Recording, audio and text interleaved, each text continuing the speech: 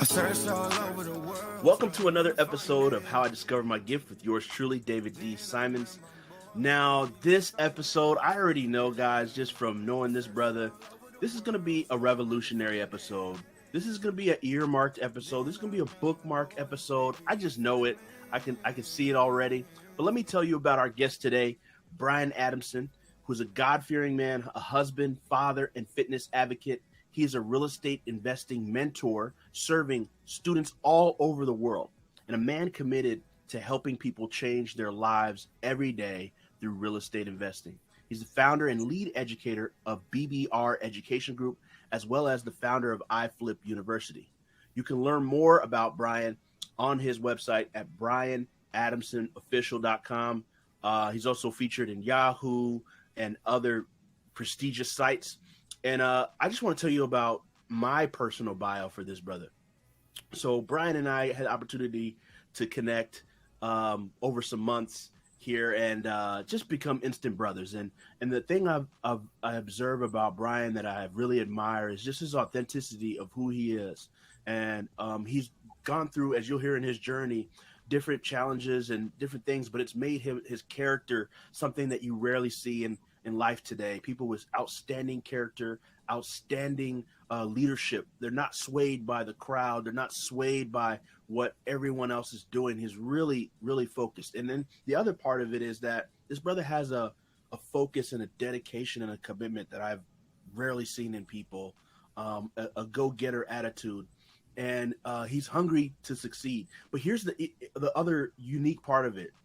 Hungry to succeed, but so steered by God, right? He allows God to steer his ambition and to steer his drive. And that's what makes him a unique, beautiful soul, man. And I'm just so blessed to have a friendship and a brotherhood with this brother on the show. Brian, thank you for coming on the show. Thank you, man. And, bro, you already got me over here misty-eyed, man. I appreciate the warm sentiment. Yeah, much appreciated, bro. No doubt, man. No doubt. Well, I have the benefit of getting to hear of the journey. And I want you to take our listeners through your journey, taking them through, growing up in Detroit and then going into college, of course, and that whole experience and where you get introduced into real estate and that whole journey, man. Yeah, man. I as you mentioned, born and raised in Detroit, grew up, my parents were blue collar. My dad was a firefighter for 30 years for City of Detroit before retiring. My mom was a cashier at a grocery store for 25 years. And so work ethic was something that was instilled in me at a young age, right? I think I got my first job at 12, sweeping up here in a barbershop, and so, I always had this infatuation for money. And I think right around that age of 12, I knew I was going to be a money guy. And that clearly meant something different to me then than it does now. I understand that I'm an financial instrument, an asset for the kingdom. But at that time, it was like, I know I'm supposed to make money. And so my pursuit of starting to make money on my own started up sweeping up here at the barbershop. And then it led to other, small jobs, Boys and Girls Club, et cetera.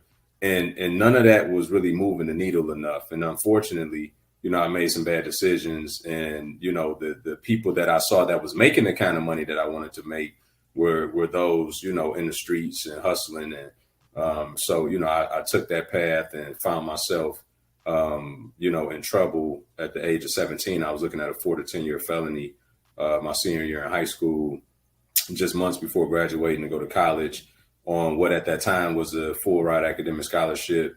As one could imagine, I was pretty distracted, with not knowing what the situation was going to be with my freedom. And all the while, my now wife, then girlfriend, also got pregnant. So this transition from 17 to 18 years old, 4 to 10 year felony, left my mom's house at 17, baby on the way at 18, and now flunking out of college on a full ride academic scholarship. And so, I was in a dark place, to say the least. And, by God's grace and my ignorance, I found Christ through that process. And,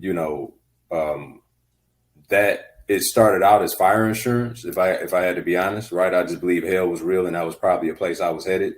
But I also believed in God. And, again, just through my ignorance and his grace, he started to do some things in me, and, you know, didn't have to end up going to prison, got on the other side of that case, fully expunged from my record, got rematriculated back into college. You know, fast forward today, we got a beautiful 20, soon to be 21-year-old daughter who is on her way to doctor of chiropractic program here in the next couple of months. So, I mean, my life has been amazing, right? In lieu of, you know, all of the strongholds and shortfalls early on. But again, it's just my testimony to God and his grace and his mercy on my life, and that he's even blessed me to still have a unique purpose that he designed for me through all of my ignorance. It's just, it amazes me daily when I think about the fact that I tried my very best to throw my life away, and all the while he was just the ultimate redeemer of it all. So I'm grateful for that, bro. Wow.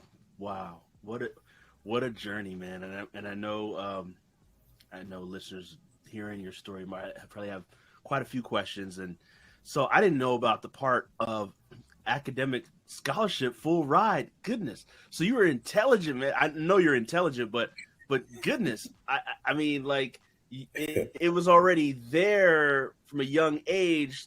So talk to me about that part, right? Because here you are, you know, most people that get in trouble don't get full rides.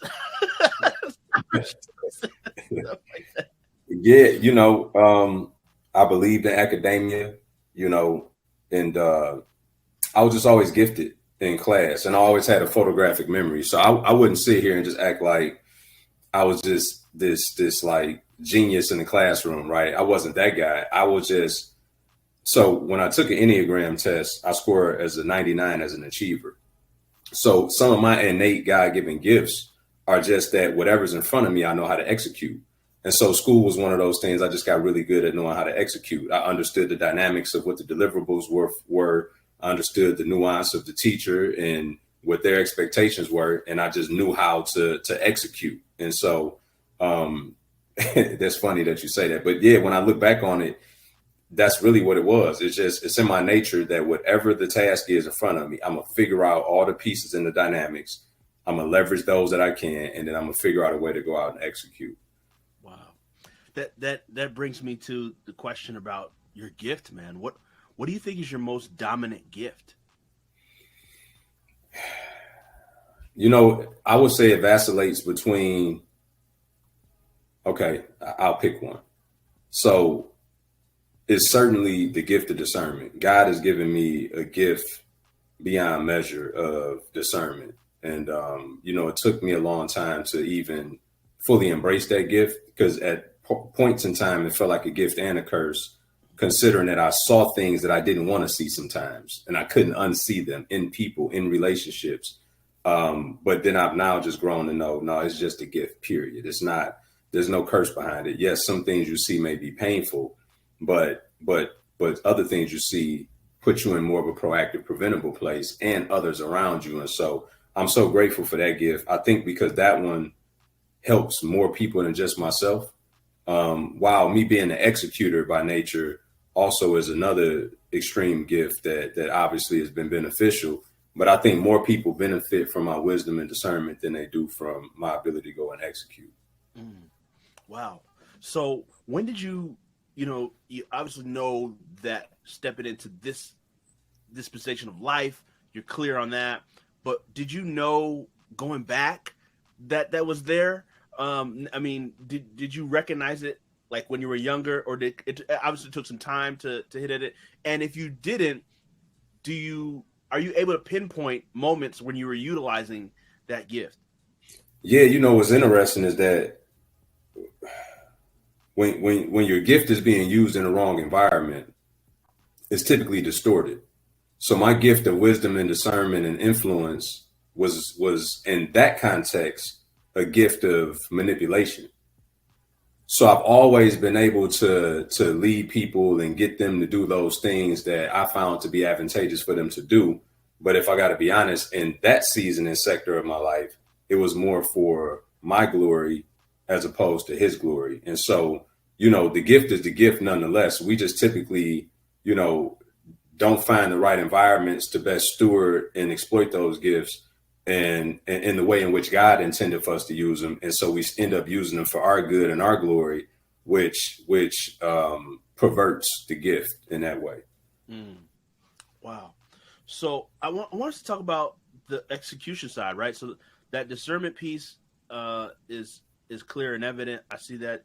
That execution side, like, talk to me about that. When did you notice that side of the gifting? That started in grade school for sure. You know, I didn't understand it the way I understand it now, but just in this conversation, when I jogged my mind back to that time and place, that's what it was. I always figured out a way to maneuver around whatever obstacles to get whatever that goal accomplished was. If it was, I was going to get a reward for getting, you know, straight A's, like I would figure that out, you know what I mean? And it wasn't necessarily because I was always the most gifted scholastically, but I was gifted in knowing how to figure it out, you know, and I've been figuring it out all my life, starting from going back to your original question. You know, when I was in college, when I got rematriculated my junior year, a friend of mine was investing in real estate. He was 20 years my senior. He was flipping houses. I didn't understand what that meant, but at that time, stated income loans were at an all-time high, which meant that you literally could fill out an application, state your income of what you made. There was no verification. Bank would lend you money to buy a home. Well, they would qualify on paper, but not, they didn't have the liquidity. So I was leveraging my refund checks in college to cover their down payment. When they bought the house from my buddy, then he'd give me a return on my investment. So that's literally how I got started in real estate, from a $6,000 refund check. And then I quickly figured out, if I'm helping these people buy houses and all they doing is stating their income, I'm in college, but I could do the same thing. So I started stating my income, bought my first couple of properties, and then I built a new construction home when I was 23, my senior year in college, for me and my family to move into once we graduated. Amazing. So walk us through that, because somebody hearing all that, like, whoa, wait a minute. College, how do you do? Wait, you just took your refund? Like, take us through the scenic route of that whole journey, and also include, because I know you're a family man, include that the journey with your girl and your daughter, and just take us through the scenic route of that whole process. Yeah, I was crazy back then, man. You know, I always have been big about taking care of my responsibilities. I've been on my own since 17, right? Jumped into manhood, fatherhood at 18. So I do those things by default as a provider. You know, who I needed to become to be the best version of me for them, I think was probably the most interesting part about my journey. But back then, yeah, I provided like nobody's business. You know, we had 2 vehicles, we had 2 apartments, we had, you know what I mean, from a very young age. And that's, again, those things I think just are innate gifts of mine. Like, I don't even, things that people think and find challenging, I just do. Right. Because it's like, well, this is what we need to do. Like, no different than, you know, now I own over 100 apartment units and done over 100 fix and flips. And people get enamored with that part. For me, I'm not enamored by that, because I'm like, if I sign up to be a real estate investor, I should have some statistics. Right. The thing that I find most endearing about my accomplishments is the fact that I've been able to package and deliver all of what I've learned over the last almost 2 decades, and now give that to other individuals all over the world, as you intimated, and watch them go and build the lives that they want for themselves. To me, that's a wow moment, you know, because I expect certain things for myself. That one I did not expect for me at all. I had no aspiration on becoming, you know, a public figure. As I mentioned, I was in the streets, so I kind of had that mentality of stay in the background, you know, take care of your business, stay out the way. And God had a different plan, man. He needed to pull me out front and give me a platform. And I'm not confused as to why he gave it to me, because it was nothing that I desired to do. This was truly his heart desire. Deep, dude. So you get this refund check, and you take this refund check, you help your buddy. Like talk to me how this real estate opportunity came about. It's like, were you in the right place at the right time? Because like you said, you just, you know, so I imagine you just got back into good standing with college, right? Mm-hmm. And like, I want the detail, man. Like, how did? Yeah. You know, what's funny, a quick thing about the college piece that I think is helpful. So I left I left college. Obviously, I flunked out. I got a 0.0, literally, right? I withdrew from the couple of classes that I was doing horrible in. The ones that I was doing great in, I ended up failing those because I was missing so much school. When I go back, my first semester back to college, when I get rematriculated, I get a 4.0. Right. So, and I don't share that because that means something to me. I share that because I think it means something to the viewers to understand that it's all a mindset thing. Right. I was just as capable at that other point in time of doing the very thing that I did when I got a second opportunity to do so. And so, you know, regardless of what it is that you may be faced with and challenged with that may seem to be a failure at one point in time, don't let that define everything. Just let that define that moment. Because when you get your second opportunity, the outcome could be to the very extremely different, you know? And, but yeah, my buddy, he was a mutual friend of like our quote unquote network that I was a part of. Right. And I had really I knew that he did real estate, but again, at that time, that really wasn't of my interest per se. And, you know, when he presented the opportunity, I think I was just one of a few people that he called, to be honest. I wasn't like the go-to. It was just like, hey, you know, if you want to get it started in real estate, I got a chance for you. And I called my buddy. He went in on the deal with me.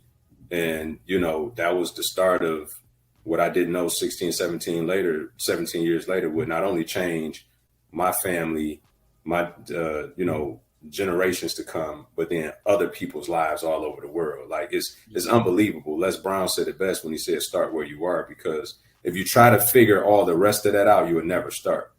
Right. I had to capitalize on that thing that was put in front of me at that very time.